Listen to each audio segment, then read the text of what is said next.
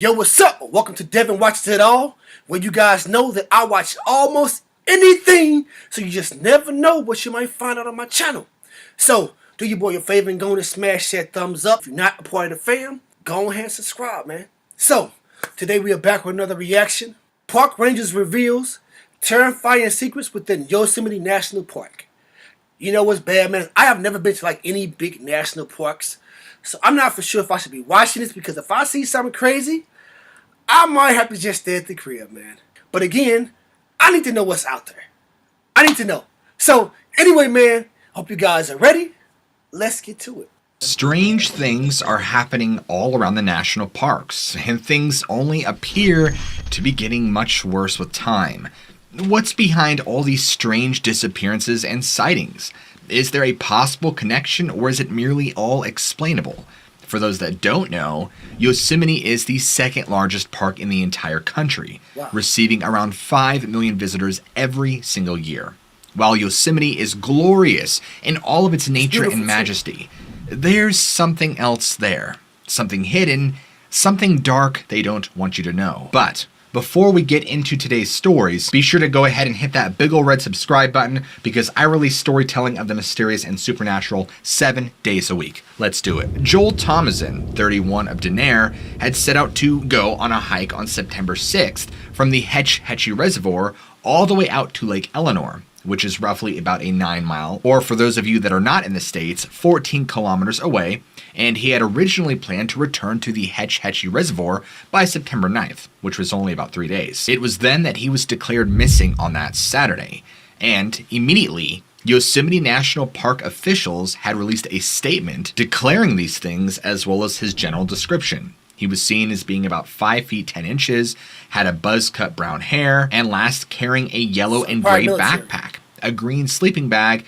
a blue and green hammock, and a red inflatable kayak. They deeply urged anybody who has been in the area of Miguel Meadow, Lake Eleanor, or the trails surrounding the Hetch Hetchy Reservoir to alert authorities if they know of his whereabouts. Because once the search ensued, Yosemite Search and Rescue were able to find no trace of him at all. In fact, Amanda Thomason, his wife, had made a Facebook post on Sunday, right after he was declared missing, that at least 16 National Park Service search and rescue crew members, along with their dogs, were looking for her lost husband. In fact, the entire county of Tuolumne even joined in on the search and rescue mission in search of him, also bringing along equipment and helicopters and kayaks and boat to try and get the general perimeter of where he was last seen, in hopes they would find some trace of him. But unfortunately, to this day in 2022, there's still no trace of Joel Thomason. Bruh, you trying to tell me it seems like he's prior military? So a person who was prior military just ends up disappearing? I'm sure he has training. So a person who was prior military, a trained prior military veteran or whatever, just ends up disappearing and I can't find no trace of him, even after conducting this huge search, bro?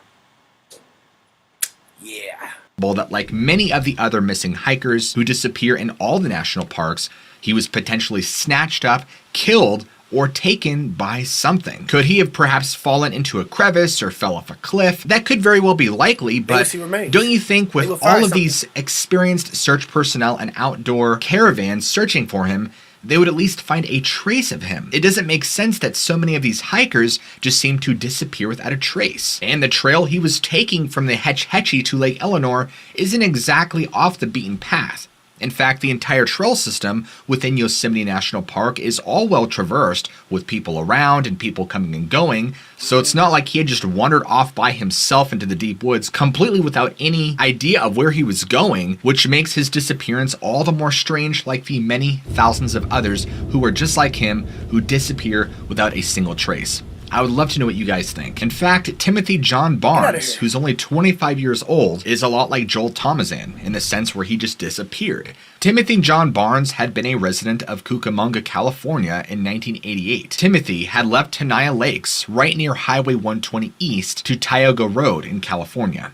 This was approximately at 9 in the morning. On July 5th, 1988, Timothy had this plan to hike from the Murphy Creek trailhead all the way to Polydome Lakes in Yosemite National Park, The location is approximately 3 miles, give or take, from Okay, Tenaya that Lakes. ain't- But, like many other hikers who promised they'll be back, he never showed up and was never seen from again. Now, if we look specifically at these kinds of disappearances, it's very possible that there is a human trafficking element, which I'm 100% sure does happen. You know, I don't believe there are human trafficking in Yosemite National Park. Not saying that it's not possible, but these are two men.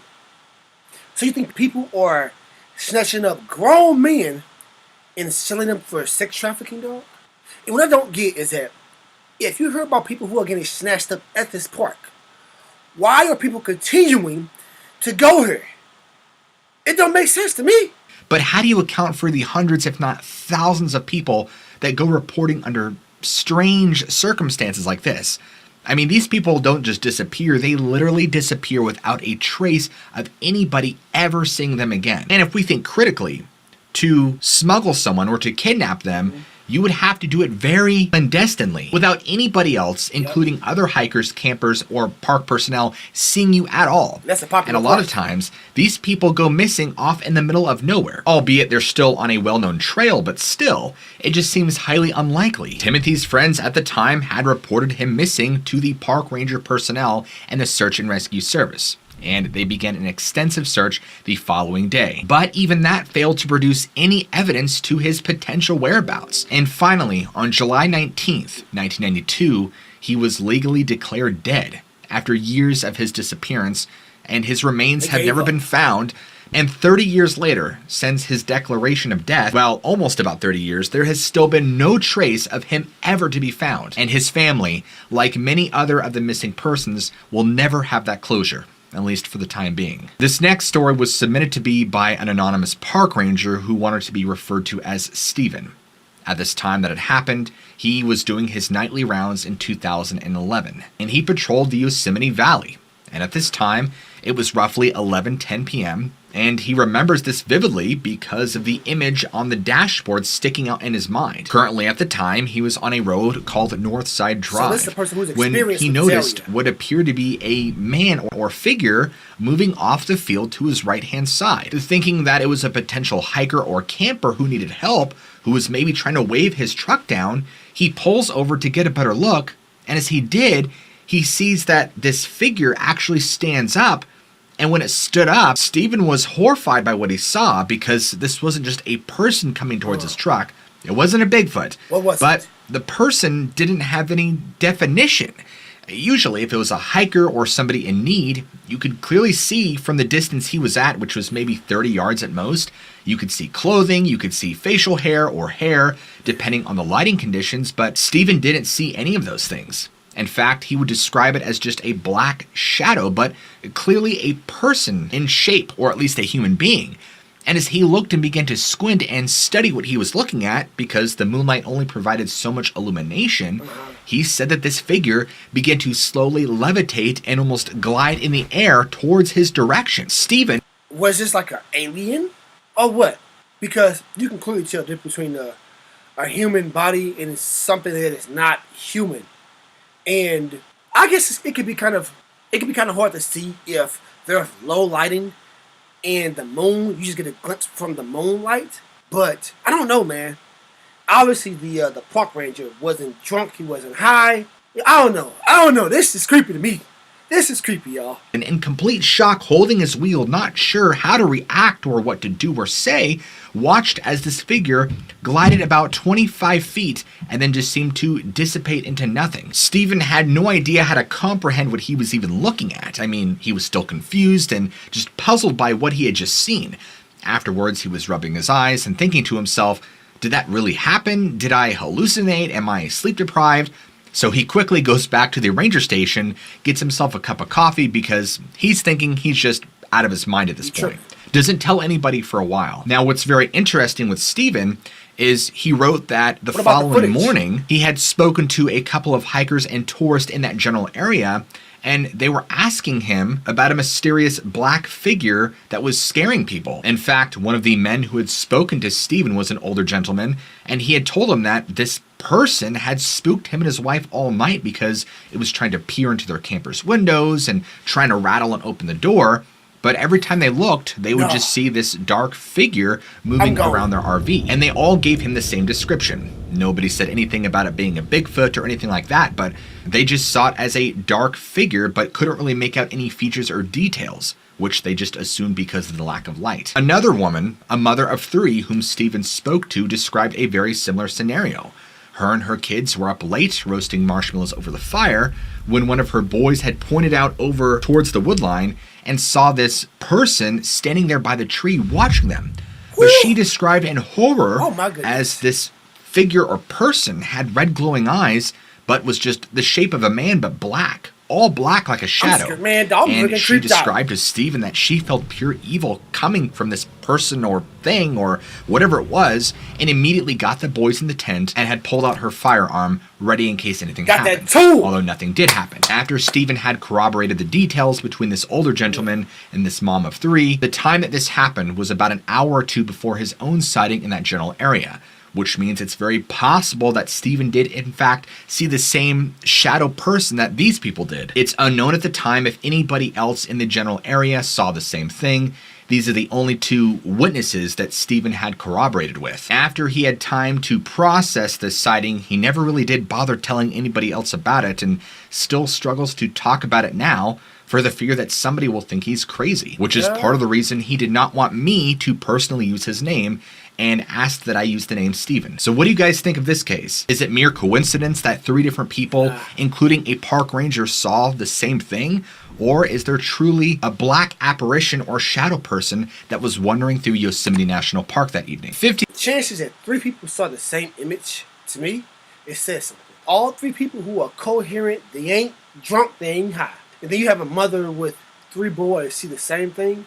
I'm glad that she had that tool. Mama ain't stupid. I mean, granted, if it is something that is unnatural, you hate to say it, dog. I'm scared even saying it. You can't protect yourself against something like that. This is creepy. 51-year-old Michael Vickery was reported missing when he did not return from a 4-day hike. Of course, this was back on June 15th, 2005. Michael was already known as an experienced hiker, an avid outdoorsman, a backpacker, you know the type. And he had visited the north side of the Hetch Hetchy Reservoir in Yosemite National Park because he had plans for a solo hike, a very in-depth solo hike, mind you. He had planned to take this extensive hike to Ranchera Falls, to Tiltle Mountain, to Lake Vernon, and then through Beehive before returning back to the Hetch Hetchy Reservoir. The last anybody ever saw of Michael is when he began walking north to the Pacific Crest Trail towards the direction of Tiltle Mountain. After that, nobody heard from him again. It's just as if he had mysteriously vanished like all the others we've spoken about today. His family had become gravely concerned when he did not return on June 19th, the day he was supposed to return from his hike, and the exact same day that his permit had expired, so obviously something had happened. Now on June 21st, his family had notified the Park Service, and an intensive search of the entire perimeter around the reservoir and Pacific Crest Trail was launched. Fortunately, or I guess semi-fortunately, however you want to look at it, while they didn't find a trace of Michael, they at least found a backpack that was believed to be his near the Tiltle Mountain just off the trail, containing a topographical map, a bottle of water, and a camera. Search and rescue operation involved personnel from several counties surrounding, including dogs, aircraft, and anything they could possibly expend for the search for Michael. Unfortunately, besides his pack, nothing else was ever discovered and nothing else was found. And now, in 2022, it has been, about 17 years almost to the date since Michael's disappearance, and there is no remains to be found at all. And like the others, yet another person who just mysteriously vanished under bizarre circumstances. This next story is also submitted by a previous park ranger. Her name is Kit, and she used to be a volunteer ranger in Yosemite from 2014 to 2016. And during her time there, she had a very disturbing experience with something she thought she would never see. Something she describes as from her nightmares. Her sighting or experience took place near the Tuolumne Meadows in the evening of spring of 2015. Her and a friend, who also happened to be a volunteer ranger, were assigned the evening patrol of the Tuolumne Meadows. This was right around 8 p.m. or 9 p.m., somewhere right in there. It was a beautiful spring evening, and the sun was just barely cresting over the horizon, so there was just a little bit of light left, enough that it wasn't completely pitch black, but you still had to use your headlights. So she was patrolling the meadows in their Jeep, and at one point in the road, her and her partner noticed movement in a grove of trees right near the road. And this is exactly where it happened.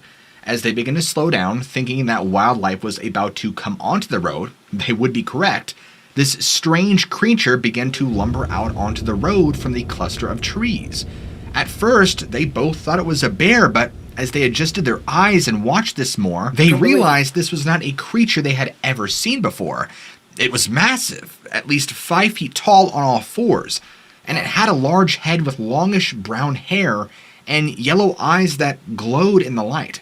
What they were looking at resembled a bear to an extent, but Kit claims that it resembles more of a really large wolf, except it was bigger and more pronounced, with larger, sharper teeth that she said did not belong. And as it clambered out onto the walkway or onto the road, it turned in their direction facing the headlights and kind of glowered at them. Kit claims that its front paws were massive and almost resembled more like hands than they did paws. I mean, this thing was a hulking, deformed wolf, and patches of the fur on its body from the light appeared to be a light gray color. It was also more tapered at the waist and appeared thinner, but also very muscular and looked very strong. And her and her partner, completely in disbelief, staring at this thing, they both just sat there with their jaw wide open, not sure how to even begin to intake what they were looking at. This thing lets out this howl that shook her and her friend up pretty badly, and then began to slowly backpedal away from them, still on all fours the entire time, with a scowl on its face, like it was angry that they had even seen this thing. Then it stops, right as it's backing up off the road. And what happens next, Kit describes as something that only happens in nightmares or movies. Accompanied by this wet popping noise, it began to stand up on 2 legs like a flipping werewolf. And once it was standing up fully erect, this thing was at least 8 feet tall. This thing turned in the direction of their vehicle once again, scowled a final time, and just vanished back into the woodline. Kit was a ranger for at least 2 years and had never seen anything like that before or since. Her friend and her, who work still in Yosemite Park, do not talk about it much, but they're afraid that people, like many other rangers who are afraid to come forward, would think that they're crazy. But Kit stands by knowing what she saw and that it is not something you would normally see. So you see something that looks like a werewolf. Not just you, but your friend as well. I can see how that sounds crazy. But my question is that they were in a car. I would have hit the gas, bro. I would have drove. I guess if you're in shock, so you don't know what to do. But my immediate thought is to escape this danger, because you just don't know. Obviously. However, due to her background, her father being white and European, I believe fully Germanic is what she had said, and her mother is a mix of several different tribes, she actually grew up with a lot of native lore and legends, so she's well aware these creatures exist. At least now she is, but before, she entertained the idea but never fully believed it. Until this night. George Penca, at the time of his disappearance, was only 30 years old, and he disappeared on July 17, 2011, while hiking at the Upper Yosemite Falls in Yosemite National Park. George was visiting from Hawthorne, California, with his church group of probably around 80 or so people, which too. Around 20 of them were actually walking up the Upper Yosemite Fall Trail that day. At one point or another, the group separated at the very top, with some hikers going back down at their own pace back to camp, and George, it's possible that he likely fell behind the main group at some point. But once he had not made it back to camp, George's friends just assumed that he had hiked back to Yosemite Valley floor earlier that day and just didn't report him missing, at least until 9 p.m. when nobody had heard any word of him. And out of all 80 people from his church group, he was the only one to not just disappear, but like the many others, completely vanished without a trace. What makes this one incredibly difficult to try and rationally explain is that the trail that day was very busy. Lots of people hustling and bustling, going back and forth. So any chance that he had fallen without anybody seeing, or, being kidnapped and taken without anybody seeing is very, very minimal. Although still possible, of course, but it's just the possibility is so low. He was last seen wearing gray sweatpants with white stripes, a black t-shirt, and gray and blue running shoes, and carrying a blue cloth bag and very little provisions. As soon as he had been reported missing, a full-scale search had ensued by the rescue operation team. And in fact, his rescue operation was not a small one. Over 100 search and rescue personnel from all around the state were deployed, along with choppers and dogs and several other surrounding counties. I want to say at least 7 or 8 in total. They searched and searched all around, including the Upper Falls Trail where he was last seen, but like everybody else, there was not a trace of him left, which didn't seem possible. In fact, it baffled all of search and rescue personnel. You would think with helicopters on the job and dogs trying to trace his smell, they could at least find something. And even more so with such a busy trail that day and clear weather. Surely there would have been at least a trace of him, but no, there's nothing. It's as if he had just walked off the face of the earth or through a portal to fully disappear. On June 23rd, 2011, search efforts would then limit their search. And finally, after 1 week of very heavy, extensive searching, nobody found any clues as to George's whereabouts. And in 11 years since his disappearance, there has been nothing that has turned up in his name. No remains, no items, nothing. Like the others, he's just simply gone. This last story was submitted to me by an anonymous hiker who, with his girlfriend, back years ago, went hiking up in Yosemite Falls. They had never really been a believer in the paranormal or Sasquatch, they write, or anything like that until this had happened. And he declares that it's really opened his eyes. He wrote that he's 24 years old and was raised in a very strict Catholic household, and always a firm believer in the church, and always has very high moral values. So no drugs, no alcohol, a very straight-edge kid growing up, and he vouches for honesty. So he went on to explain to me exactly what happened and how it happened. The day started off as normal, as he described, going on a hike with his girlfriend in Yosemite Falls. And he's hiked there many times before, so he felt confident in knowing the area well. Now, this event occurred in the Upper Falls Trail near where Snow Creek intersects. It was a clear day, not too hot, and the sun was out. It wasn't raining or anything like that, or had rained. There was nobody else on the trail with them or around them during this time. It was roughly around 4:30 p.m., and as they're coming down this part in the path that he described dips down by maybe 5 or so feet, him and his girlfriend hear this ear-shattering scream from no more than 100 feet away to their left. He described it as this deep, guttural roar, like you're hearing it from inside someone's chest. It was so loud and piercing that his girlfriend dropped her water bottle, so shaken, and it rattled their chest. It startled both of them, and they quickly looked to see what it was, and standing off in the distance, as the land kind of dips down a bit, behind a tree or next to a tree, they're both shocked to see this large man-like figure standing there, but it's completely black. The anonymous hiker went on to describe that he's about 6'1", and his girlfriend's about 5'5", but he could already tell that this thing, they're at a huge disadvantage. I mean, this thing's easily 8 feet tall, if not larger. I mean, it's humongous. Imagine Arnold Schwarzenegger and make him 3 feet taller and make him more broad. And you'd be right around the same ballpark. From what him and his girlfriend can tell, this person was dressed in full fur, or thick bear-like fur, no clothing on whatsoever, and from the angle and lighting, the fur appeared to be a reddish brown. It was matted and kind of nasty looking, not groomed at all, very unkempt, but yet you could still see from the distance they were at that it was very muscular. Huge chest, huge pectoral muscles, large biceps, large shoulders, and its arms were very long, reminiscent of an ape, and that the head was massive and cone-shaped, and it did not see any neck. It was just kind of like this. He went on to describe that they really couldn't see the face very well because of where the sun was positioned in the sky in correlation to where this thing was standing. Now, as soon as both this hiker and his girlfriend saw it, immediately they were frightened after it screamed, and they went off down the trail the other way. He's not exactly sure what he did or what his girlfriend did to prompt this thing to scream at them, but knows deep down that this was most likely a Sasquatch of some kind, possibly territorial or aggressive, and that for whatever reason, it did not like that they were there, and maybe decide to reveal itself because they were the only ones in the visible area at the time. But whatever the case may be about this situation, It had convinced the submitter of the story that now Bigfoot or Sasquatch, whatever you call him, are now real and can be terrifying when threatened. That's going to do it for today's episode, you guys. Let me know what you think down in the comments below. I would love to hear what your thoughts are. And if you're new to the channel, be sure to go ahead and hit that big ol' red subscribe button right down here and keep your notifications on, so YouTube will let you know every time I release a great new video, which is every day. And as always, guys, I love you all. Keep an open mind, and I'll see you guys in the very next episode. What y'all think? I know I'm creeped out. I know for a fact I will never, ever, ever, ever be visiting that park ever. Don't even recommend it to me. You know, that's one of the things that it makes me want to just stay in the house. Because you can't defend yourself against something like that. Especially if it's real. You've had numerous people see this and nobody can find it. Even the park rangers who know the park extremely well says just disappears all just out of the blue, huh? And I noticed too that it seems like it only takes men.